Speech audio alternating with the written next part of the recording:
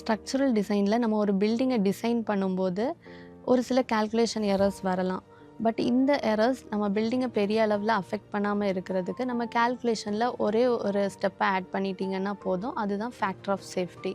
So இந்த factor of சேஃப்டிங்கிறது margin of safety means even expect பண்ணதை விட வேர்ஸ்டான கண்டிஷன்ஸ், வேர்ஸ்டான ஏதாவது நேச்சுரல் டிசாஸ்டர் இந்த மாதிரி வர டைமில் கூட எப்படிப்பட்ட ஒர்ஸான சிச்சுவேஷன்ஸ் வந்தால் கூட இந்த ஃபேக்டர் ஆஃப் சேஃப்டி நம்ம அதில் கால்குலேஷனில் ஆட் பண்ணுறனால இந்த மிஸ்டேக்ஸ் எல்லாம் நம்ம பில்டிங்கை பெரிய அளவில் அஃபெக்ட் பண்ணாமல் இருக்கிறதுக்கு ஒரு ஸ்டெப் மட்டும் நம்ம கால்குலேஷனில் ஆட் பண்ணிக்கிட்டோன்னா போதும். அதுதான் ஃபேக்டர் ஆஃப் சேஃப்டி.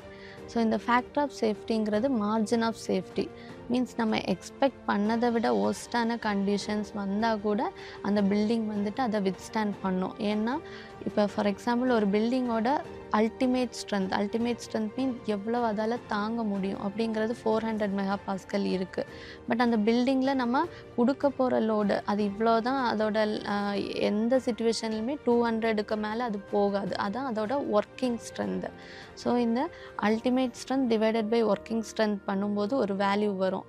அதுதான் ஃபேக்டர் ஆஃப் சேஃப்டி. ஸோ அது வந்துட்டு நம்ம ஒர்க்கிங் ஸ்ட்ரென்த்தை விட 1 or 2 டைம்ஸ் அதிகமாக இருக்கும். ஸோ இதனால் நம்ம வேறு ஒரு சில கால்குலேஷன் எரர்ஸ் இருந்தால் கூட அது எல்லாமே இதில் டேலி ஆயிரும். ஸோ நம்ம டிசைனை கான்ஃபிடெண்ட்டாக எக்ஸிக்யூட் பண்ணலாம். அந்த ஃபேக்டர் ஆஃப் சேஃப்டி ஸ்டெப் மட்டும் நம்ம கால்குலேஷனில் ஆட் பண்ணிக்கிட்டோன்னா. இந்த மாதிரி ஸ்ட்ரக்சரல் டிசைன் பற்றி இன்னும் டீட்டெயில்டாக நீங்கள் கற்றுக்கணுன்னா ஸ்க்ரீனில் தெரிகிற நம்பருக்கு காண்டாக்ட் பண்ணுங்கள்.